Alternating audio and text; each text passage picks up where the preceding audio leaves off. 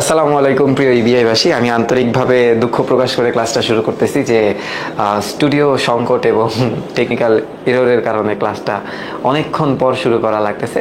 তবে সমস্যা নেই, তোমরা যাদের পক্ষে সম্ভব হবে ক্লাসটা করা তারা একটু ক্লাসটা করে রাখো।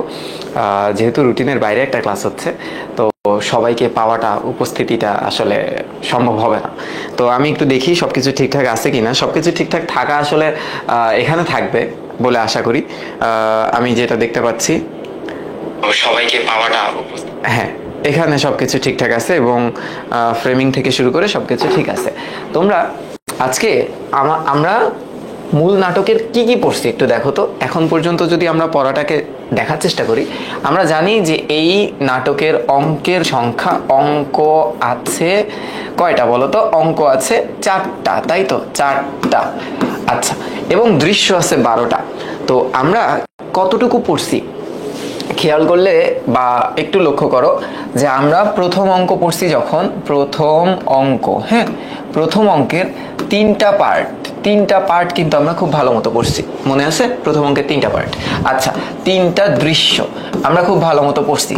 এবং আমরা যেটা দেখলাম, মানে আমাদের লাস্ট ক্লাসে আমরা যেটা পড়ার চেষ্টা করছি সেটা হচ্ছে আমরা দ্বিতীয় অঙ্কে চলে আসছিলাম। হ্যাঁ, দ্বিতীয় অঙ্ক। এই দ্বিতীয় অঙ্কের পার্ট বলতে আমি দৃশ্য বুঝাচ্ছি। পার্ট 1, যেখানে নবাবের দরবারে একটা তোমার হয়েছিল, বিচার কার্য হয়েছিল, যেখানে আসলে কোনো বিচারিক রায় প্রকাশ করা হয়নি, একটা আলোচনা হয়েছিল এবং নবাব সিরাজ তার প্রশাসনকে একটু রুডভাবে কথা বলে এবং সমালোচনা করে, যেটা আসলে তার প্রশাসন খুব ভালো চোখে দেখে না। তো আমরা যেটা দেখলাম পার্ট 2 বা দৃশ্য 2-এ, হ্যাঁ, পার্ট 2 আমরা দেখলাম মীর জাফরের বাসায়। মীর জাফর কে ছিল? সিপাহ সালার ছিল বা প্রধান সেনাপতি ছিল। তার বাসায় একটা মিটিং হয়, যে মিটিংয়ে আসলে সবাই তাকে সমর্থন করে যাতে সেই নবাব জানি হয় এবং সিরাজের বিরুদ্ধে ইংরেজদের সাথে মিলে একটা প্রপার ষড়যন্ত্র তারা রেডি করে। এখন আমরা পড়বো হচ্ছে পার্ট 3। এখন আমরা পার্ট 3 পড়ব। এই পার্ট 3 স্থানটা কোথায়? এই পার্ট 3 স্থানটা হচ্ছে মিরনের আবাস। মিরনটা কে ছিল? জাফর পুত্র। কে ছিল? সে ছিল জাফরের সন্তান, জাফর পুত্র। এই জাফর পুত্র খুব একটা ভালো মানুষ ছিল না। তার বয়স মনে হয় ওই সময় 17 কিংবা 18 হবে। সারাদিন মেয়েদের নিয়ে পড়ে থাকতো, নর্তকীদের নিয়ে পড়ে থাকতো। মানে সে এখন শাহজাদা ফিলিংয়ে আছে, কারণ তার বাবা যদি নবাব হয় সে তো শাহজাদাই হবে। এখন একটু দেখো সালটা কত? সালটা হচ্ছে 1957 সাল, 9 জুন। তো আমরা জানি যে পলাশির যুদ্ধটা কবে হয়েছিল, আর প্রায় 20 দিনের ভিতরেই কিন্তু এই যে বাংলার যেই সূর্য সেটা কিন্তু অস্তমিত হয়ে যাবে আর কয়দিন পরেই। একটু খেয়াল করো তাহলে, এখানে সাল, তারিখ এবং স্থানটা একটু মনে রাখতে হবে এবং মিলন সম্পর্কে তোমাদের একটু ধারণা নিতে হবে। আমি দিচ্ছি ধারণাটা, তো তোমরা একটু যুক্ত হও।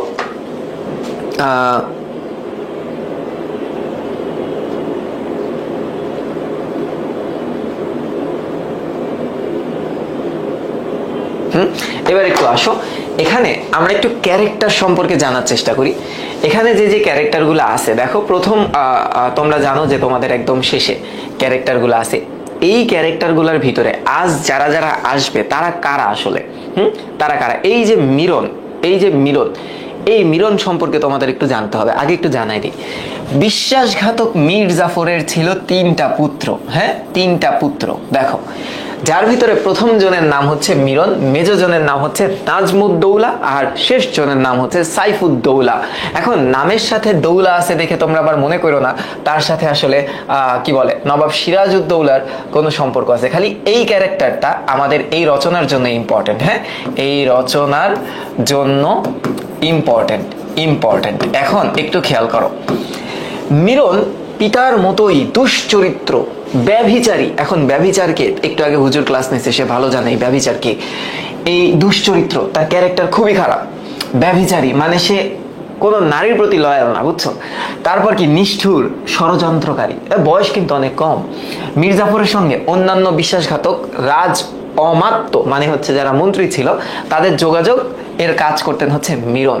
মানে মীর জাফরের কাছে যদি পৌঁছাইতে হয় আগে মিরনকে রাজি করাইতে হইতো স্বাভাবিকভাবে। এরপরে কয়েকটা জিনিস খেয়াল করতে হবে তোমাদের, একটু দেখো। তাই ষড়যন্ত্রে এবং ব্যবস্থায় মোহাম্মদী বেগ হতভাগ্য নবাব সিরাজউদ্দৌলাকে, এই মোহাম্মদী বেগ একটা ক্যারেক্টার, এটা আসবে একদম শেষের দিকে আসবে, তো শেষের দিকে আমরা পড়বো এই ক্যারেক্টারটা। মোহাম্মদী বেগ হচ্ছে নবাবকে হত্যা করে। একটু দেখো, নিষ্ঠুরভাবে হত্যা করে। মিরন সিরাজউদ্দৌলার মধ্যম ভ্রাতা মৃত একরামউদ্দৌলার পুত্র মুরাদউদ্দৌলাকেও নিষ্ঠুরভাবে হত্যা করে। তো আমরা জানি যে সিরাজের তোমার হচ্ছে ভাইয়ের নাম, একজন ভাইয়ের নাম হচ্ছে, তার তিন ভাই, এই রচনা অনুসারে তিন ভাইয়ের কথা আমরা জানি। এক হচ্ছে সিরাজউদ্দৌলা বড়, মেজোটার নাম হচ্ছে একরামউদ্দৌলা, আর ছোটটার নাম হচ্ছে হামদি। এবার একটু দেখো, তিনি সিরাজের প্রিয়তমা স্ত্রীকে বিবাহ করতে চেষ্টা করেছিলেন। দেখো কথাটা দেখো, ওর বাপও ট্রাই করছিল, ওও ট্রাই করছে। এবার কি, কিন্তু লুৎফুন্নেসার তীব্র বিরোধিতার জন্য তার এই অভিলাষ কথাটার অর্থ কি? ইচ্ছা। ইচ্ছা কি হয়নি? পূর্ণ হয়নি। মিরনের অপরাধ ও পাপের সীমানায় বজ্রাঘাতে অকালে মারা যায় এই কুৎসিত স্বভাবের মানুষটা। তার মানে বজ্রাঘাত মানে তো বুঝোই, হ্যাঁ, থান্ডার স্ট্রোকে মারা যায়। তো এখন ঠাড়া বইরা মরে যায় আর কি। এখন এই দৃশ্যটা কার বাসায় হচ্ছে? এই দৃশ্যটা হচ্ছে মিরনের বাসায়। এই দৃশ্যে কি কি হবে একটু তোমাদেরকে যদি বলি, এইখানে আজকে ফাইনাল খেলা হবে, একটা ফাইনাল কি হবে, ডিল হবে, একটা ফাইনাল ডিল। এই যে ডিলটা, সেই ডিলটা হচ্ছে সিরাজ বিদ্রোহী যারা ছিল, হ্যাঁ, সিরাজ বিদ্রোহী বা বিরোধী, তাদের সাথে ইংরেজদের একটা ডিল হবে। দেখো আমি লিখে দিই, সিরাজ বিরোধী, বিরোধী, হ্যাঁ, প্লাস ইংরেজ যারা আছে, ইংরেজ, এই ইংরেজদের মধ্যে কি হবে, একটা চুক্তি হবে, একটা চুক্তি হবে। অর্থাৎ সিরাজের পতনের পর কে কি কেমন ভাবে পাবে, এইগুলো এখন আলোচনাটা হবে। কেন মিরনের বাসায় হচ্ছে বলতো? কারণ মানে নবাব জানে যে মিরন আসলে মেয়েদের নিয়েই পইরা থাকে সারাদিন, নর্তকীদের নিয়েই পইরা থাকে সারাদিন, ও আর কি বা করবে, এবং ও বাসায় গৃহবন্দী অবস্থায় আছে অলমোস্ট। তো ওর বাসায় মিটিংটা হওয়ার উদ্দেশ্য হচ্ছে কেউ যাতে বুঝতে না পারে বা কেউ যাতে ধরা না খায়। তাহলে একটু দেখি আমরা শিল্পী বৃন্দ কারা কারা থাকবে। প্রথমত নর্তকীগণ, এরা কারা? এরা হচ্ছে ডান্সার, হ্যাঁ, এরা হচ্ছে ডান্সার, সাকি সাকি ডান্সে নাচবে আর কি। এরপরে দেখো বাদকগণ, যারা বাজায়, হ্যাঁ, মানে এরা হচ্ছে ব্যান্ড, আমরা ধরবো এরা হচ্ছে ব্যান্ডের যারা ছিল। এবার হচ্ছে মিরন, যে মীর জাফরের পুত্র, পরিচারিকা, এটার মানে হচ্ছে দাসী, দাসী। এরপর কে? রায় দুর্লভ, তোমরা জানো ইনারা কে। জগৎ শেঠ, এরা কারা? তোমরা খুব ভালো মতো জানো জগৎ শেঠ কারা। রাজবল্লভ, এটাকে তোমরা জানো। মীর জাফরকে, এটাও তোমরা জানো।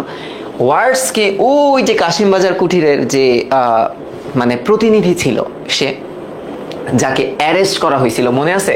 যাকে প্রথম দৃশ্যে, একদম প্রথম দৃশ্যে নবাব হলওয়েলের সাথে অ্যারেস্ট করে নিয়ে যায়, দৃশ্যে অ্যারেস্ট করে নবাব, অ্যারেস্ট করে মুর্শিদাবাদে নিয়ে যায়।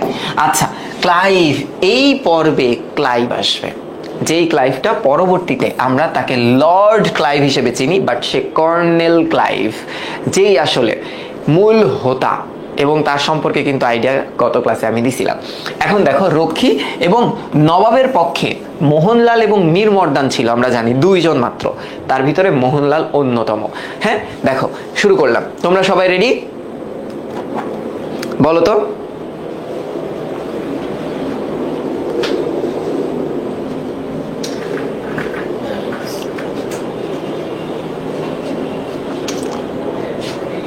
সবাই রেডি?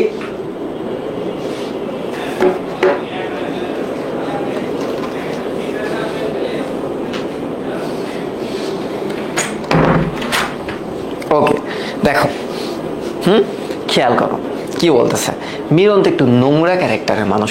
নোংরা মানে আবার ওই যে পরিষ্কার পরিচ্ছন্নতাই না, এটা হচ্ছে চারিত্রিক গুণাবলীতে। দেখো, ফরাসে তাকিয়া ঠেস দিয়ে অর্ধসাহিত মিরন। ফরাসে মানে কি জানো? ওই বিছানার মতো, মানে সোফার মতো, হ্যাঁ, সোফার মতো, হ্যাঁ। তাকিয়া মানে কি? তাকিয়া মানে বালিশ, বালিশ। ঠেস দিয়ে, ঠেস মানে কি? সাপোর্ট, হ্যাঁ, সাপোর্ট দিয়ে অর্ধসাহিত মিরান এরকম করে আছে। দেখো এই যে এরকম করে আছে, এই নাচো তোমরা, নাচো, ঠিক আছে, এরকম করে আছে। এবার কি হইতেছে দেখো, এবার পাশে উপবিষ্টা কথাটার অর্থ হচ্ছে বসে আছে, হ্যাঁ, বসে থাকা, বসে থাকা। নর্তকী মানে ডান্সার, ডান্সার, ঠিক আছে।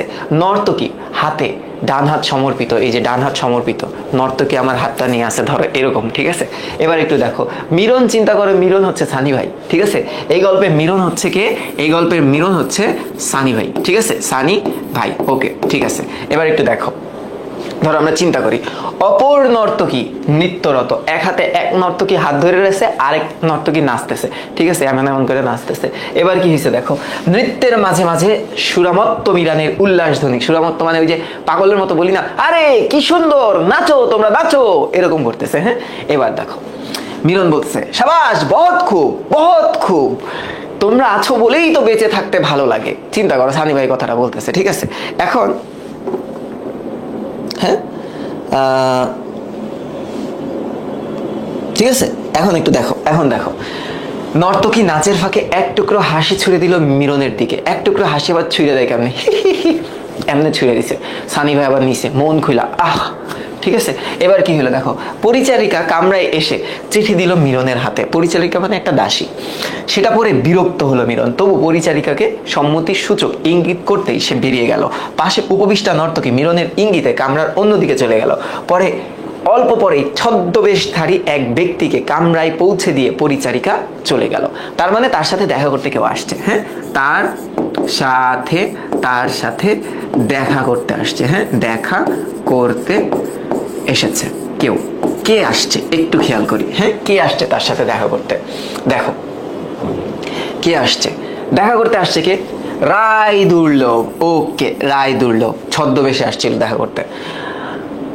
মিলন বলতেছে সেনাপতি রায় দুর্লভ এখানে এই সময় আসবেন তা আমি ভাবিনি।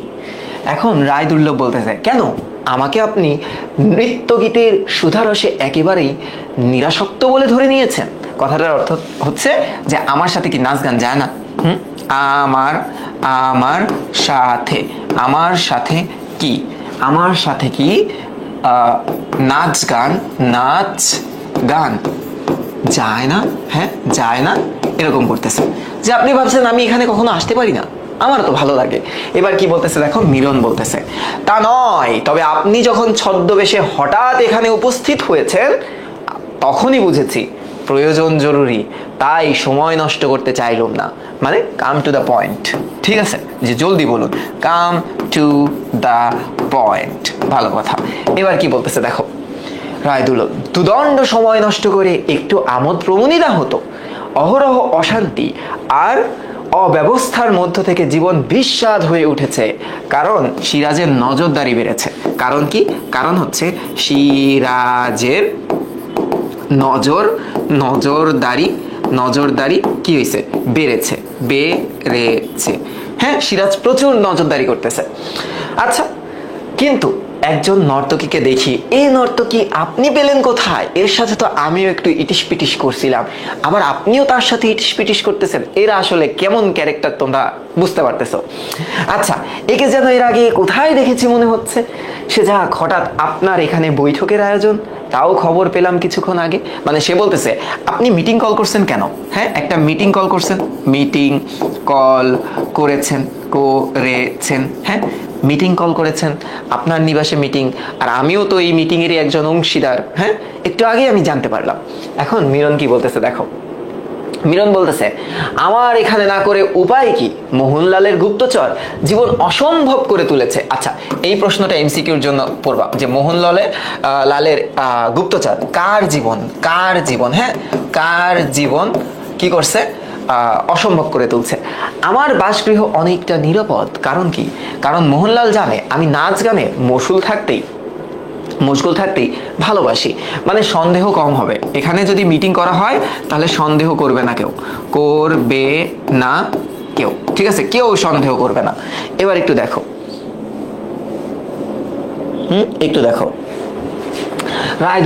রায় দুর্লভ বলতেছে কে কে আসছেন এখানে? মিলন প্রয়োজনীয় সবাই, তাছাড়া বাইরে থেকে বিশেষ অতিথি আসবেন, কোম্পানির প্রতিনিধি কেউ একজন। রায় দুর্লভ কোম্পানির প্রতিনিধি কলকাতা থেকে এখানে আসতেছে? বিশাল ব্যাপার। কেন কলকাতা থেকে আসতেছে? মানে ধরা খেয়ে গেলে, মানে সে একটু ভয় প্রকাশ করেছে।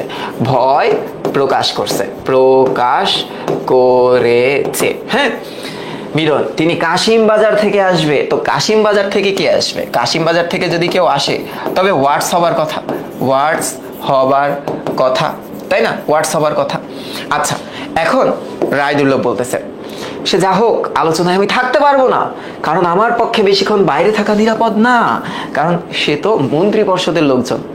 কখন সিরাজ তাকে ডাক দেয় এবং ধরা খেয়ে যায়, হ্যাঁ, যে সিরাজ সিরাজ যদি তলব করে আমার, যদি তলব করে আমার, ব্যাপারটা এরকম, ঠিক আছে? আমার তলবের সঙ্গে সঙ্গে হাজির না পেলে তখনই সন্দেহ জমে উঠবে আপনার কাছে, তাই আগে ভাগে এলাম শুধু আমার সম্বন্ধে কি ব্যবস্থা হলো জানবার জন্য। অর্থাৎ আমি যে সিরাজের বিরুদ্ধে যাব, হ্যাঁ, আমাকে কি দিবেন?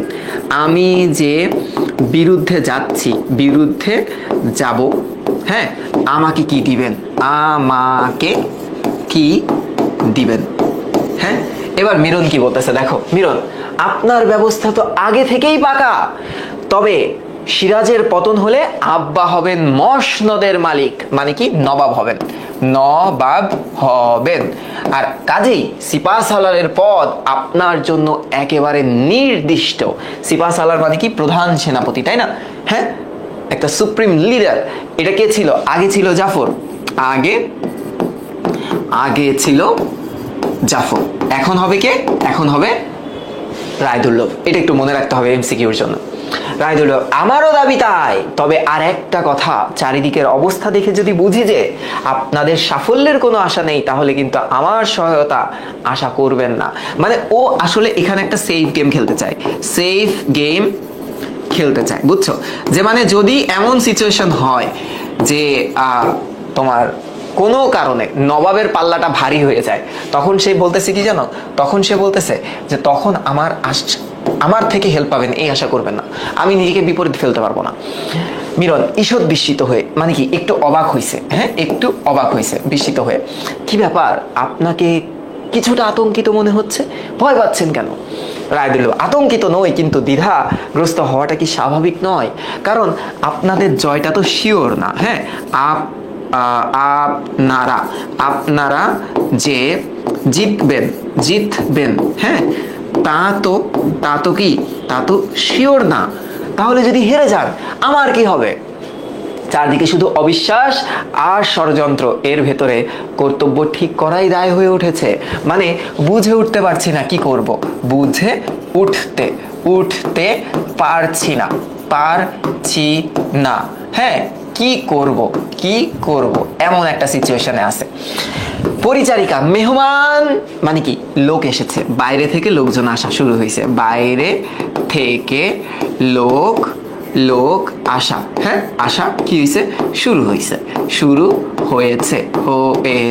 ওকে, দেখো রায়দুল্লভ, আমি সরে পড়ি, আমি পালায় যাই, কারণ ধরা খেয়ে যাবে। মিরন, বসেই যান না, মেহমানরা এসে পড়েছে, কিছুক্ষণের মধ্যেই বৈঠক শুরু হয়ে যাবে। রায়দুল্লভ বলতেছে, না না না না না না, আমার কেমন অস্বস্তি লাগতেছে, আমি পালাই, কিন্তু আমার সঙ্গে যে ওয়াদা হয়েছে তা যেন খেলাপ না হয়। প্রস্থান মানে ভেঙে গেল, পালাই গেল। পরিচারিকা ইঙ্গিত করে মিরন কিছুটা প্রস্তুত হয়ে বসলো। কে কে আসলো একে একে দেখো। জগৎ শেঠ, রাজবল্লভ ও মীর জাফরের প্রবেশ। মিরন সমাদর করে তাদেরকে বসালো, মানে সম্মান প্রদর্শন করলো যে বসুন, সবাই বসুন, চলুন মিটিং শুরু করি। মিরন বলতেছে, একটু আগে রায়দুল্লভ এসেছিল, ব্যক্তিগত কারণে তিনি আলোচনায় থাকতে পারবেন না বলেছেন, কিন্তু তার দাবির কথা আমার কাছে তিনি খোলাখুলি জানিয়ে গিয়েছেন। জগৎ সেন বলতেছে, তাকে প্রধান সেনাপতির পদ দিতে হবে, এই তো? তখন রাজবল্লভ বলতেছে, সবাই উচ্চাভিলাষী, সবাই অনেক চায়, হ্যাঁ, সবাই অনেক চায়, সবাই সুযোগ খুঁজছে, তা না হলে রায়দুল্লভ মাসে মাসে আমার কাছ থেকে যে বেতন পাচ্ছে তাতেই তার স্বর্গ হাতে পাবার কথা। তার মানে রায়দুল্লভ কার জন্য কাজ করে? কার জন্য কাজ করে মানে নবাবের বাইরে আর কি কাজ করে, সেটা হচ্ছে জগৎ শেঠ, মানে জগৎ শেঠের এই সবকিছু দেখভাল করে আর কি। মীর জাফর, ও সব কথা থাক রাজা, সবাই একজোটে কাজ করতে হবে, সকলের দাবি মানতে হবে। রায়দুল্লভ ক্ষুদ্র শক্তি ধরো, এইটা লাগবে, এইটা এমসিকিউতে লাগবে যে কে ক্ষুদ্র শক্তি ধরো, অ্যান্সার হবে রায়দুল্লভ। আর এই উক্তিটা কে করে? এই উক্তিটা করে হচ্ছে কে বলতো? এই উক্তিটা করে হচ্ছে এই যে মীর জাফর। তার সাহায্যে আমরা জিতবো এমন কথা নয়, মানে কথাটার অর্থ সে যে গুরুত্বপূর্ণ ব্যাপারটা এমন না। He is not that important, he is not that important to us, important, ঠিক আছে, কিন্তু প্রয়োজনীয় মুহূর্তে নবাবের সঙ্গে তার বিশ্বাসঘাতকতার গুরুত্ব আছে বই কি। মানে কি, যে এমন না তার হেল্পে আমরা জিতবো, কিন্তু তার হেল্প পেলে আমাদের সুবিধা হবে। কি হেল্প পেলে সুবিধা হবে, সুবিধা হবে। Clear? Are you guys clear? এবার দেখো, এবার মজা শুরু। হ্যাঁ, পরিচারিকা বলতেছে জানানা সাওয়ারি, জানানা সাওয়ারি, মানে কি মেয়ে মানুষ আসছে। কারা আসছে? কোনো মেয়ে, কোনো মহিলার আগমন, দেখো। সবাই একটু বিব্রত হয়ে পড়লো। মীর জাফর হঠাৎ পকেট থেকে কয়েক টুকরো কাগজ বের করে তাতে মন দিলেন। মিরন লজ্জিত হলো, হঠাৎ আত্মসংবরণ করে ধমকে উঠলো, এই মেয়ে আসছে, মানে বাপের সামনে মেয়ে আসছে, কি বলো? এখন চিন্তা করো, তুমি ধরো সানি ভাই। হ্যাঁ, এখন সানি ভাইয়ের বাবার নাম কি? আমাদের সবার প্রিয় নাজমুল আঙ্কেল, ঠিক আছে। এখন নাজমুল আঙ্কেল চিন্তা করো বাসায় নাই, ওই টাইমে সানি ভাইয়ের একটা বান্ধবী আসছে বাসায়। এই দুষ্টু বান্ধবী আসতেই পারে, কাজে আসছে, তো বান্ধবী আসছে বাসায়, ঠিক আছে। তো সানি ভাই তো একটু ভয় পেয়ে গেছে, একটু ঘাবড়ে গেছে, আই হাই রে নাজমুল চাচ্চু এসে পড়ছে, মানে সানি ভাই তো নাজমুল আব্বু আর কি, আমাদের নাজমুল চাচ্চু। তো নাজমুল চাচ্চু তো ঘরে এসে গেছে। এখন সানি ভাই তো কি করবে। তো ওই টাইমে সানি ভাই তার বান্ধবী কি করছে, একটা আলাদা রুমে বসে রাখছে, ঠিক আছে। চিন্তা করো, আলাদা রুমে একটা বসে রাখছে। তো এখন নাজমুল চাচ্চুর সাথে সানি ভাই কথা বলতেছে। এমন টাইমে সানি ভাইয়ের ধরো একজন বাসার যেই কর্মী আছে, সে নাজমুল চাচ্চুকে বলতেছে এইভাবে যে নাজমুল ভাই, ওখানে তো একটা মেয়ে আসছে একটা। এখন সানি ভাইয়ের কি অবস্থা? সানি ভাই তো ফাটতাছে। সানি ভাই তো মনে মনে করতেছে, আহে রে আমার পশ্চাৎ তো আজকে আমার আব্বু ফাড়াই দিবে, ঠিক আছে। তো এইরকম মিরনের বাসায় মেয়ে আসছে, ওর বাপ চাচা সবাই খাড়ায় রয়েছে। তো কি হয়েছে দেখো, সবাই একটু বিব্রত হয়ে পড়বে না? হ্যাঁ, মীর জাফর হঠাৎ কি করছে, মানে ও লজ্জা পেয়ে গেছে। ও কি করছে, ও অন্যদিকে মন দিচ্ছে যাতে আসলে এই ব্যাপারটা একটু নর্মালাইজ হয়ে যায়। মীর জাফর লজ্জা পাইছে। হ্যাঁ, মীর জাফর তো লজ্জিত, বাপের সামনে মেয়ে আসছে, এটা কেমন একটা কথা। সে হঠাৎ আত্মসংবরণ করে ধমকে উঠলো, এই মেয়ে আসছে মানে। হ্যাঁ, এই মিরন বলতেছে ভাগই আছে, কামবাক্ত মানে কি দুষ্টু।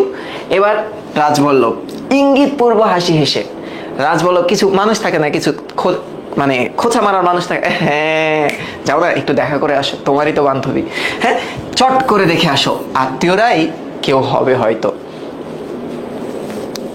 ঠিক আছে।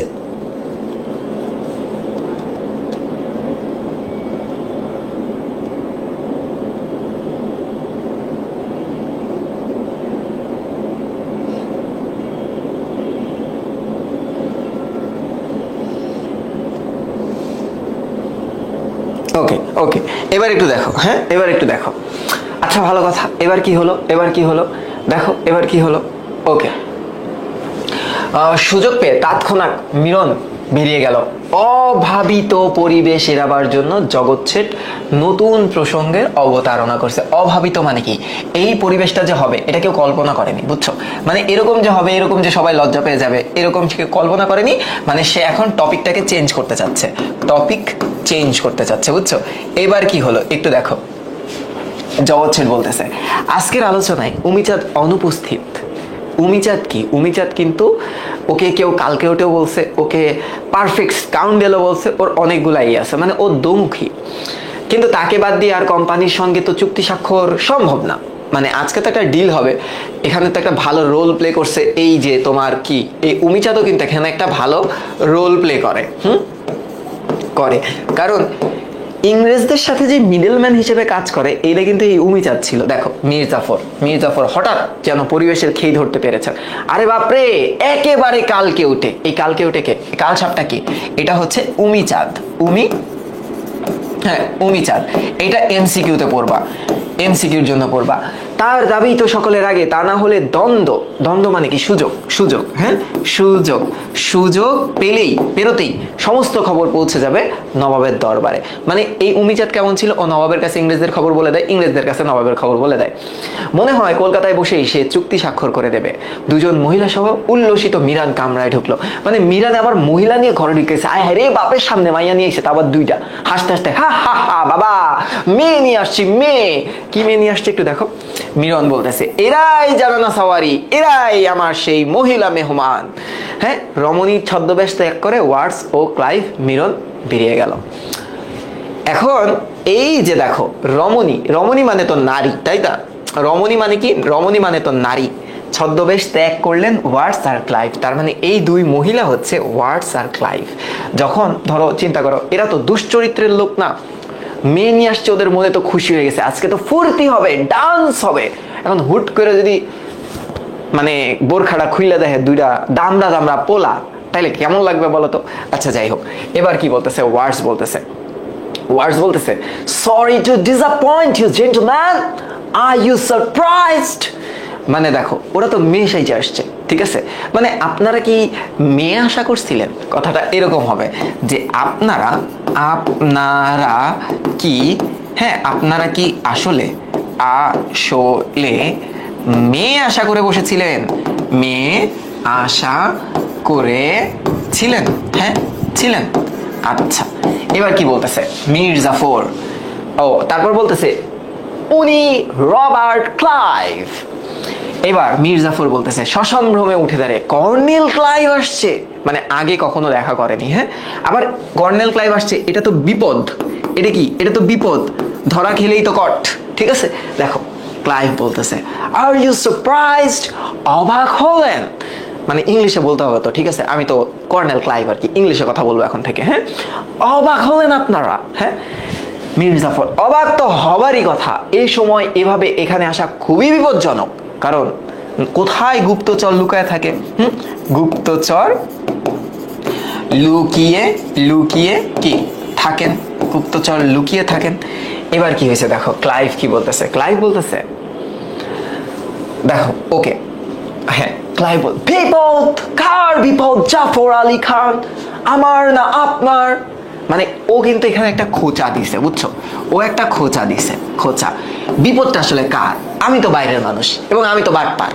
হ্যাঁ, এটা তো নবাব জানেই, তো বিপদ আমার না আপনার? আমার তো কিছু করতে পারবে না, করবে তো আপনারে। এবার একটু দেখো, মির্জাফর দুজনেরই বিপদ, কিন্তু আপনার বিপদটা কিছু বেশি।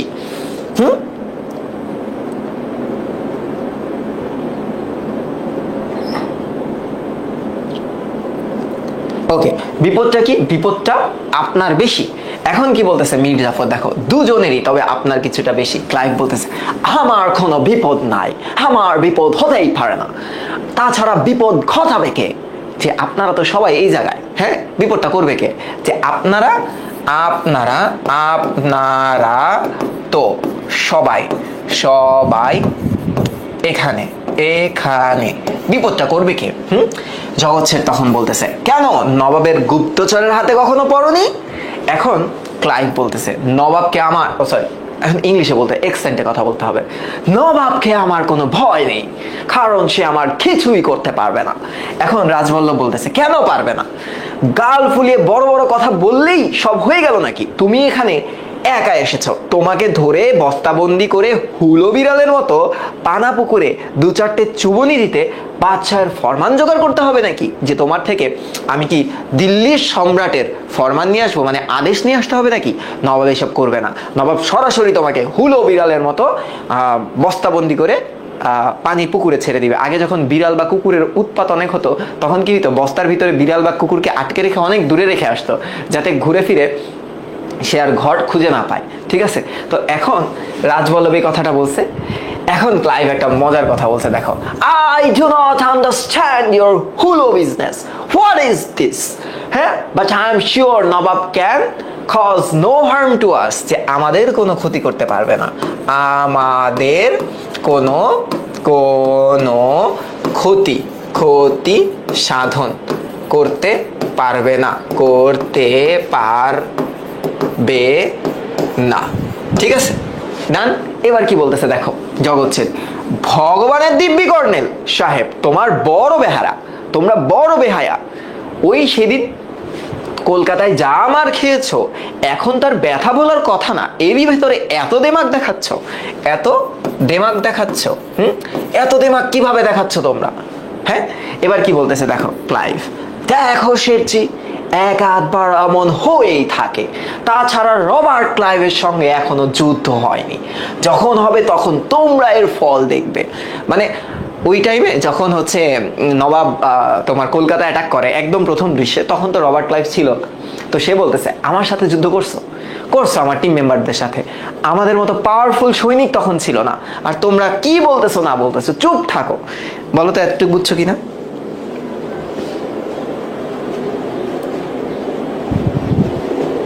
হ্যাঁ এতটুকু হয়েছে? একটু ডান লেখো তো, অনেকক্ষণ তোমাদের কমেন্ট নেই না, একটু ডান লেখো তো এতটুকু। এরপরে কি হচ্ছে দেখো, রাজবল্লভ বলতেছে সেটা দেখবার আগেই গলাবাজি করছো কেন তোমরা? যে তোমরা গলাবাজি কেন করছো? যুদ্ধ শুরু হোক, তারপরে জয়লাভ করলে গলাবাজি করবা। তাই বলতেছে এই জন্য যে নবাবের কোনো ক্ষমতা নেই, যার প্রধান সেনাপতি বিশ্বাসঘাতক, যার খাজাঞ্চি কথাটার অর্থ হচ্ছে সেনাধ্যক্ষ,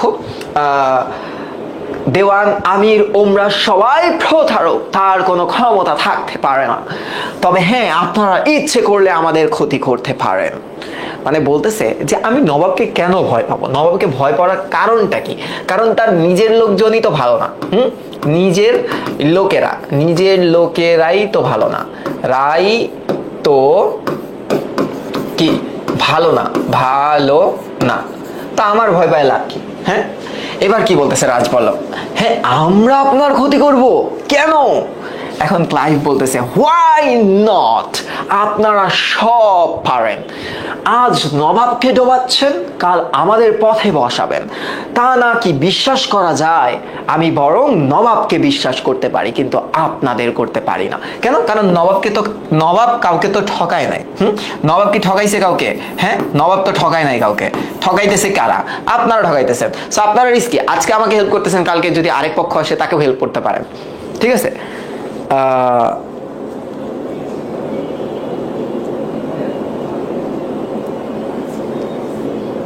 শাবাশ,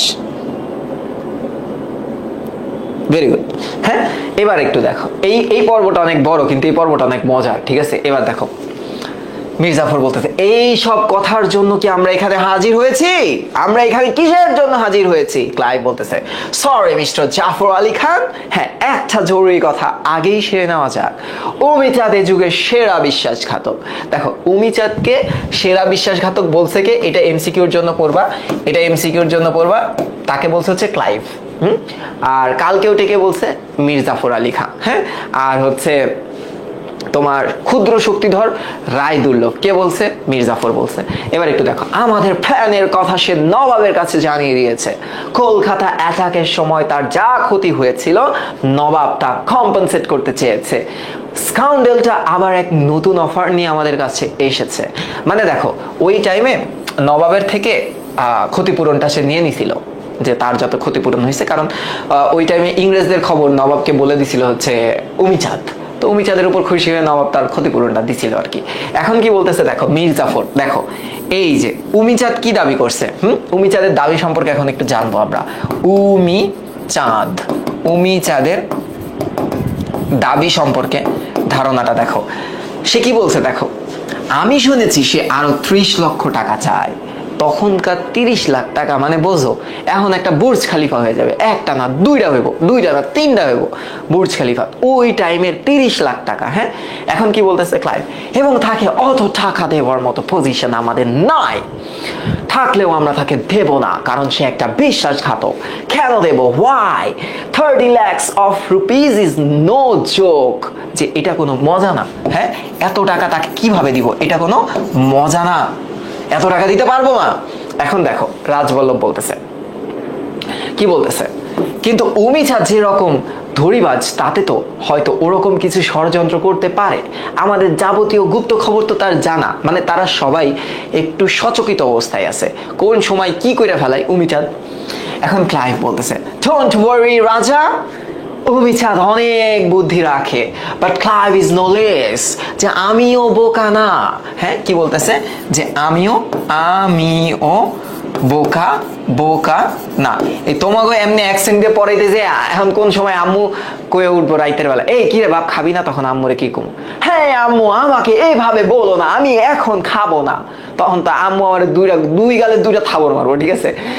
এবার কি বলতেছে দেখো, আমি উমিচাঁদকে ঠকাবার ব্যবস্থা করছি, মানে তাদের একটা বিকল্প ব্যবস্থা আছে যে উমিচাঁদ ঠকবাজ, উমিচাঁদের সাথে আমরাও ঠকবাজি করবো, হ্যাঁ, এর ফলে উমিচাঁদ পাগল হয়ে যাবে একদম গল্পের শেষে। দেখো এখানে একটা বিকল্প, হ্যাঁ বিকল্প পন্থা। এখন বিকল্প পন্থাটা কি একটু খেয়াল করবো আমরা, হ্যাঁ।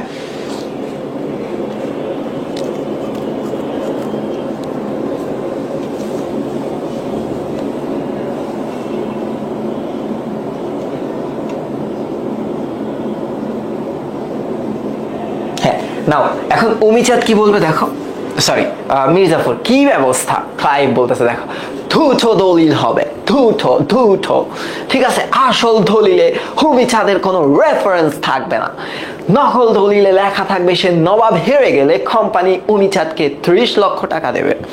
মানে এখন কাহিনীটা হচ্ছে দুইটা দলিল বলা হয় উমিচাঁদের জন্য। প্রথম দলিলে যেটা অ্যাকচুয়াল দলিল, সেখানে উমিচাঁদের কোনো কথাই উল্লেখ থাকবে না, Umichand is no one, Umichand is no one. কোনটাতে? অ্যাকচুয়াল দলিলে, যেটা ইংরেজদের সাথে এই বিদ্রোহী বা বিরোধী নবাব বিরোধী লোকের থাকবে। কিন্তু নকল দলিলে লেখা থাকবে যে নবাব হেরে গেলে কোম্পানি উমিচাঁদকে 30 লাখ টাকা দিবে। তো নকল দলিল হ্যাজ নো ভ্যালিউ, হ্যাঁ, it has no value, it has no value, ঠিক আছে, or it will not create any value in future, ঠিক আছে। তো নকল দলিলে যদি 1 কোটি টাকাও থাকে ওটা তো বিষয় না, এটা মানে উমিচাঁদকে শিক্ষা দেওয়ার জন্য। এখন রাজ বলো, কিন্তু সে যদি কোনো রকমের এই কথা জানতে পারে, যে কোনোভাবে যদি জেনে যায় যে তাকে ঠকানো হচ্ছে, ক্লাইভ বলতেছে হ্যাঁ আপনারা না জানালে জানবে না, আর জানলেও কারো বুঝতে বাকি থাকবে না যে আপনারাই তা জানিয়ে দিয়েছেন। এখন জগৎ শেঠ বলতেছে আমাদের সম্বন্ধে আপনারা নিশ্চিত থাকতে পারেন। মির্জাফর বলতেছে দলিল সই করবে কে, এই দলিলটা কে সই করবে? যে ইংরেজদের আর বাঙালিদের সাথে, বিদ্রোহী বাঙালিদের সাথে যে এই দলিলটা হবে, এখানে সিগনেচারটা কার থাকবে? ক্লাইভ বলতেছে কমিটির সকল লোকেই করেছেন, কমিটি বলতে তাদের অফিসের মানুষজনকে বলতেছে, এখানে আপনি সই করবেন এবং রাজা রাজবল্লভ ও জগৎ শেঠ থাকবে উইটনেস। তার মানে একটু দেখো এই পার্টের এমসিকিউ গুলা ভালোভাবে মনে রাখবা, হ্যাঁ, ভালোভাবে মনে রাখবা, ঠিক আছে, ভালোভাবে মনে রাখবা। এখানে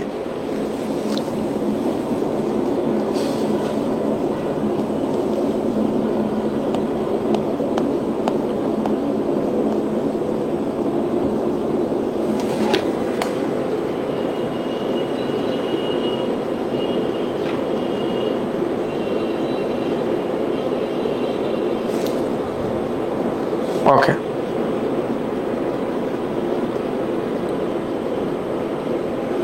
দেখো, হ্যাঁ দেখো এবার কি বলতেছে ক্লাইভ কি বলতেছে দেখো। ও এটা তো শেষ। মির্জাফর উমিচাঁদ মানবে কেন তাহলে, যে উমিচাঁদ মানবে কেন, হ্যাঁ, যে ওর সিগনেচার নাই? ক্লাইভ বলতে সে ব্যবস্থা হয়েছে, ওয়াটসনের সই জাল করে দিয়েছে লুসিংটন। এই যে ওয়াটসনের সই, এই ওয়াটসনটাকে আর লুসিংটনটাকে, এই লুসিংটন ক্যারেক্টারটা হচ্ছে সে সই নকল করে, হ্যাঁ, সে কি করে, সে সই নকল করে। আমাদের রেজাল্ট যখন খারাপ হতো তখন আমার ফ্রেন্ডরা করতো এই কাজটা, যে বাপের সই নিজেই নকল করে সিগনেচার করে টিচারে সাবমিট করে দিত, ঠিক আছে। এই লুসিংটন তো হচ্ছে সেই দুষ্টু বেটা, হ্যাঁ, এই লুসিংটনটা হচ্ছে সেই দুষ্টু বেটা। এবার দেখো ওয়াটসন, এই অ্যাডমিরাল ওয়াটসন, ইনার সম্পর্কে একটু জানতে হবে তোমাদের। অ্যাডমিরাল ওয়াটসন, এটা কিন্তু ওয়াটস না, এটা ওয়াটসন, ঠিক আছে, এটা ওয়াটসন। এবার একটু দেখো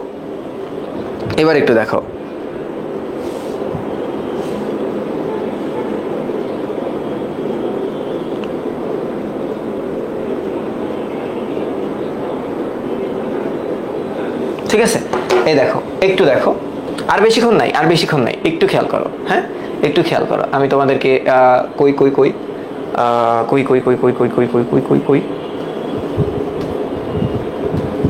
কি রে ভাই, এটা এতগুলা পেজ কেন এখানে? হোয়াট, আমরা কোন পেজে আছি?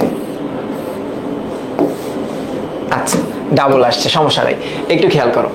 আমি তোমাদেরকে একটু ওয়াটসন সম্পর্কে একটু ধারণা দিয়ে রাখি। ওয়াটসন কোথায় আছে? ওয়াটসন কোথায় আছে, একটু দাঁড়াও, ওয়াটসনের সম্পর্কে একটু ধারণা দিই।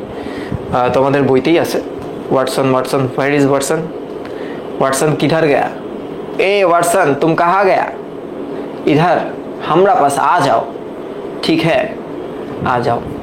वाटसन কোথায়? কি রে ভাই তোর একটু বল তো ওই পার্টটা কোথায়? এই যে এই যে এই যে এই যে এই যে এই যে ওয়াটসন, যার নাম হচ্ছে অ্যাডমিরাল চার্লস ওয়াটসন। দেখো ইংরেজ পক্ষের নৌবাহিনীর প্রধান ছিলেন অ্যাডমিরাল ওয়াটসন। ওয়াটসন ছিলেন ব্রিটিশ রাজের কমিশন পাওয়া অ্যাডমিরাল, আমরা যে বলি না কমিশন পাওয়া সৈনিক বা আর্মি অফিসার, ওরকম। 1956 সালের অক্টোবর মাসের 16 তারিখে মাদ্রাজ থেকে সৈন্য সামন্ত সহ 5খানি যুদ্ধ জাহাজ নিয়ে এসে কলকাতার দিকে আসে।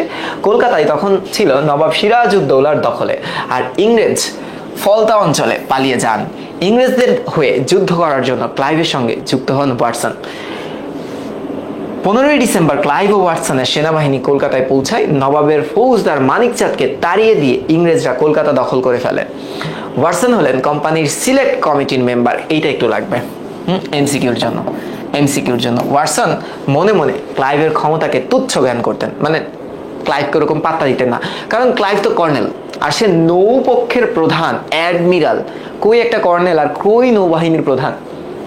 দেখো অমিচাঁদকে ফাঁকি দেওয়ার জন্য সে জাল দলিলে ক্লাইভ ও মীর জাফরের প্রমুখেরা সই করেছিলেন, তাতে ওয়াটসন সই দেয়নি, তার সই নকল করা হয়েছিল। অ্যাডমিরাল ওয়াটসন নৌবাহিনীর নেতৃত্বের জন্য ইংরেজরা অতি সহজেই চন্দননগরে ফরাসিদের বিরুদ্ধে যুদ্ধে জয়লাভ করেছিল। অ্যাডমিরাল ওয়াটসন পলাশির যুদ্ধের 2 মাস পরেই অসুস্থ হয়ে কলকাতায় মারা যান। সেন্ট জোন্স গোরস্থানে তাকে কবর দেওয়া হয়। তাকে কবর দেওয়া হয়।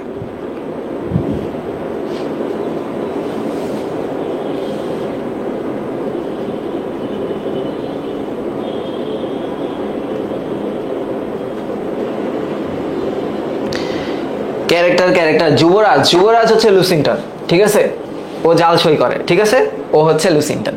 এবার একটু দেখো জগৎ শেঠ কি বলতেছে। জগৎ শেঠ, হ্যাঁ জগৎ শেঠ, ভালো কথা। তাহলে আর দেরি কেন গাইস, লেটস সাইন। আমাদের আবার এক জায়গায় বেশিক্ষণ থাকা নিরাপদ নয়, কারণ কি? ধরা খাওয়ার ভয়।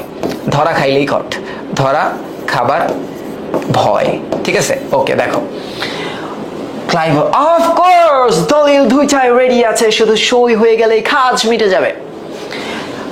দলিলের কপি মীর জাফরের দিকে এগিয়ে দিল। মীর জাফর একটু পড়ে দেখবো না, সরি মীর জাফর তো বাঙালি, আসলে আমি তো আসলে ইংরেজিতেই কথা বলি আর কি। দেখো একটু পড়ে দেখবো না। ক্লাইভ বলতেছে ড্রাফট তো আগেই পড়েছেন। ড্রাফট মানে কি? খসড়া। খসড়া, খসড়া, এটা তো আগেই পড়েছেন। এটা তো আপনারা জানেন, আপনাদের কথা নিয়েই তো এই দলিল বানানো হয়েছে রাজবল্লভ। তাহলেও একবার পড়ে দেখা দরকার। Clive, if you want go ahead, পড়ে দেখুন অমিচাঁদের মতো আপনাদেরও ঠকানো হয়েছে কিনা। আবারও খোঁচা দিতেছে। দলিলটা রাজবল্লভের দিকে এগিয়ে দিল। নিন রাজা, আপনি পড়ুন। এখন রাজবল্লভ বলতেছে পড়তে পড়তে, যুদ্ধে সিরাজউদ্দৌলার পতন হলে এই যে এই জায়গাটা ইম্পর্টেন্ট, ডিলে কি ছিল? হ্যাঁ ডিলে কি কি ছিল, এইটা ইম্পর্টেন্ট। দেখো ডিলে কি কি ছিল। যুদ্ধে পতন হলে সিরাজউদ্দৌলা কোম্পানি পাবেন 1 কোটি টাকা। কলকাতার বাসিন্দারা ক্ষয়পূরণ বাদে পাবে 70 লক্ষ টাকা। ক্লাইভ একাই পাবে 10 লক্ষ টাকা। অ্যাডমিরাল ওয়াটসন পাবে এই এই জিনিস থামাই দিল। মীর জাফর বলতেছে পরে আর লাভ কি? হ্যাঁ আর তো পরে লাভ নাই।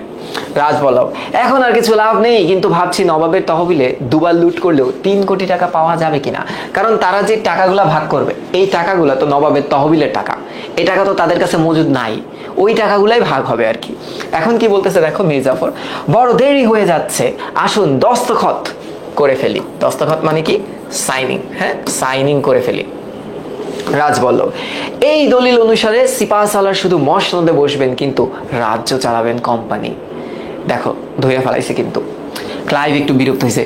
You are thinking like a fool. আমরা কেন চালাবো? চালাবেন আপনারা। আমরা কেন রাজ্য চালাবো? এখন আমরা শুধু ব্যবসা বাণিজ্য করার প্রিভিলেজটুকু সিকিউর করে নিচ্ছি। প্রিভিলেজ মানে কি? সম্মান। হ্যাঁ ব্যবসা বাণিজ্য করার সম্মানটুকু আমরা কি করতেছি, সিকিউর করে নিচ্ছি, যাতে পরে আপনারা এটা না বলতে না পারেন যে আমরা ব্যবসা করতে পারবো না। তা আমাদের করতেই হবে। জগৎ শেঠ, আপনাদের স্বার্থ রক্ষা করুন আপনারা, কিন্তু দেশের শাসন ক্ষমতায় আপনারা হাত দেবেন না, ভালো কথা নয়। হ্যাঁ, হাত দেবেন এ তো ভালো কথা নয়। এখন ক্লাইভ বলতেছে রীতিমতো ক্ষুব্ধ হয়ে, হ্যাঁ, then what you are guys going to do about it, আপনারা কি করবেন এখানে? দলিল দুটো হলে তাহলে ফিরিয়ে নিয়ে যায়, আপনাদের শর্তাদি জানিয়ে দেবেন, সেই অনুসারে আবার খসড়া তৈরি করে আপনাদের কাছে পাঠাবো এবং আপনারা সিদ্ধান্ত নেবেন। এখন মীর জাফর বলতেছে না না, সে কি কথা, এমনিতেই বাজারে নানা রকম গুজব ছড়িয়ে পড়েছে, কোনোদিন সিরাজউদ্দৌলা সবাইকে গারদে পুরে দেবে তার কোনো ঠিক নেই, দিন আমি সই করে দিই। শুভ কাজে অযথা বিলম্ব করা বুদ্ধিমানের কাজ নয়। রাজবল্লভের হাত থেকে দলিল নিয়ে সই করতে বসলো, কিন্তু একটু ইতস্তত করতেছে। দেখো, তার বিবেকে এখন লাগতেছে, কারণ সে ভাবতেছে আসলে বাংলাটাকে বিক্রি করে দিতেছি না তো। হ্যাঁ, এই দেখো, তার মনেও, মীর জাফরের মনেও কিন্তু এই প্রায়শ্চিত্তটা আসছিল। হ্যাঁ, এখন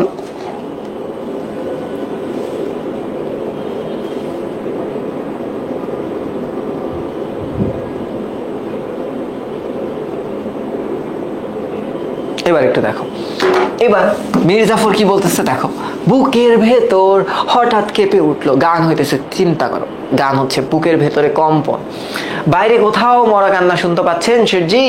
আমি যেন শুনলাম।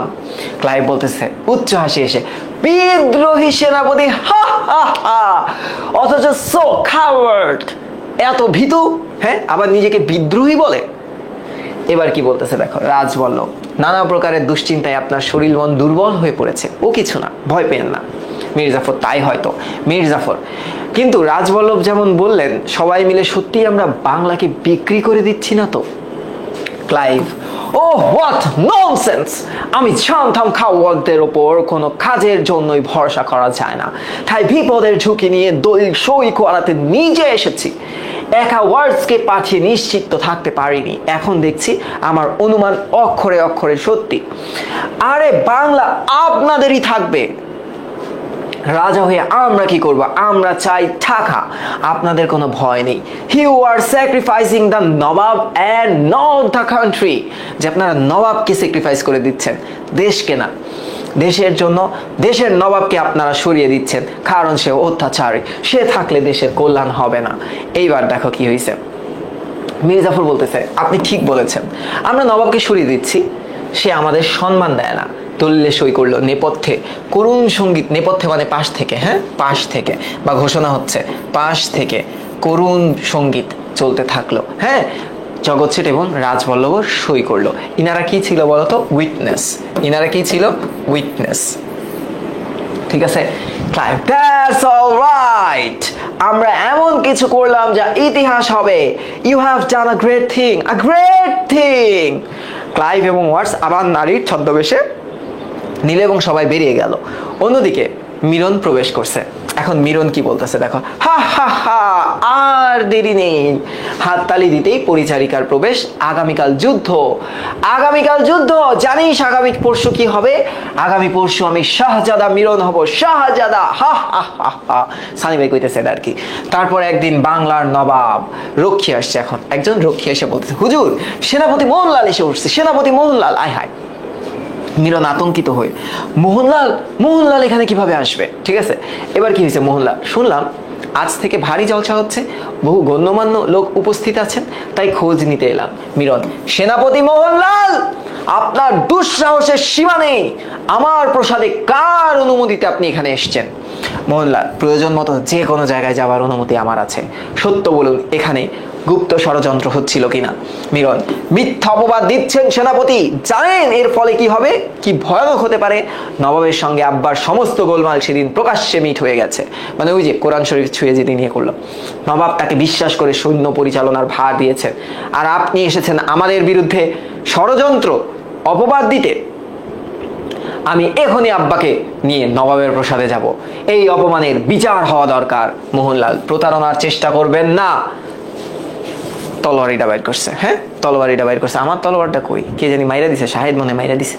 আমার গুপ্তচর ভুল সংবাদ দেয় না, সত্য বলুন কি হচ্ছিল এখানে, কে কে ছিল মন্ত্র সভায়? মিরন, মন্ত্রণা সভা হচ্ছে কিনা এবং হলে কোথায় হচ্ছিল আমি তার কিছুই জানি না। ওসব বাজে জিনিস সময় কাটানোর আবার স্বভাব নেই। পরিচারিকাকে ডেকে মিলন কিছু ইঙ্গিত করলো। যখন নাছোড় হয়েছেন তখন বেয়াদবি না করে আর উপায় কি। এখানে কি হচ্ছিল আশা করি আপনারা বুঝতে পেরেছেন। মানে সব দাসীগুলারে ডাকছে, দাসীগুলারে রাইকে দেখাইতেছে I was enjoying with them, I was enjoying and lying with them, why you came here, please leave. ও সরি, এ তো বাঙালি আবার। একটি মালা নিয়ে নাচের ভঙ্গিতে দুলতে দুলতে নর্তকী মোহনলালের দিকে গেল। এই যে দুলতে দুলতে সে যাইতেছে মোহনলাল, আসো তোমাকে পরায় দেই। হ্যাঁ, এবার কি হলো দেখো, মোহনলাল তলোয়ারির অগ্রভাগ দিয়ে মালাটি গ্রহণ করে শূন্য ছুরি, মানে তলোয়ারটা নিয়ে এমনে ছুঁড়ে দিছে। হ্যাঁ, দ্বিতীয় আঘাতের শূন্যেই তা দ্বিখণ্ডিত হয়ে কামরা থেকে সে বেরিয়ে গেল। মিলন মূর্তিমান বেরসিক হা হা হা হা হা, ও গেছে গা। তো এই পর্যন্তই হয়েছে। কতটুকু মজা পাইলা, কি পাইলে একটু জানাও আমাকে। এই পর্যন্ত আমাদের ডান, এই পর্যন্ত কি, এই পর্যন্ত আমাদের ডান। হ্যাঁ, তার মানে আমরা মূল নাটকের অর্ধেক সম্পূর্ণরূপে শেষ করছি। অর্ধেক অর্ধেক, হ্যাঁ অর্ধেক, মূল নাটকের অর্ধেকাংশ। এখন বাকি অর্ধেকটা আমাদের সামনে আর 2 দিনে মনে হয় হয়ে যাবে ইনশাআল্লাহ। তো এই যে আপলোড, শেষ ক্লাস শেষ।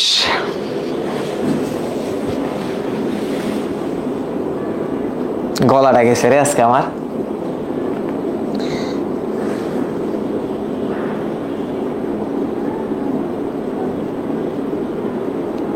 তাহলে যুবরাজ নর্তকী হবা নাকি? ওকে, তাহলে সবাই ভালো থাকো, সুস্থ থাকো। দেখা হবে আগামী শনিবার, কারণ শুক্রবারের ক্লাস তো তোমাদের জন্য রাখা হয়নি। দেখা হবে শনিবার। আসসালামু আলাইকুম।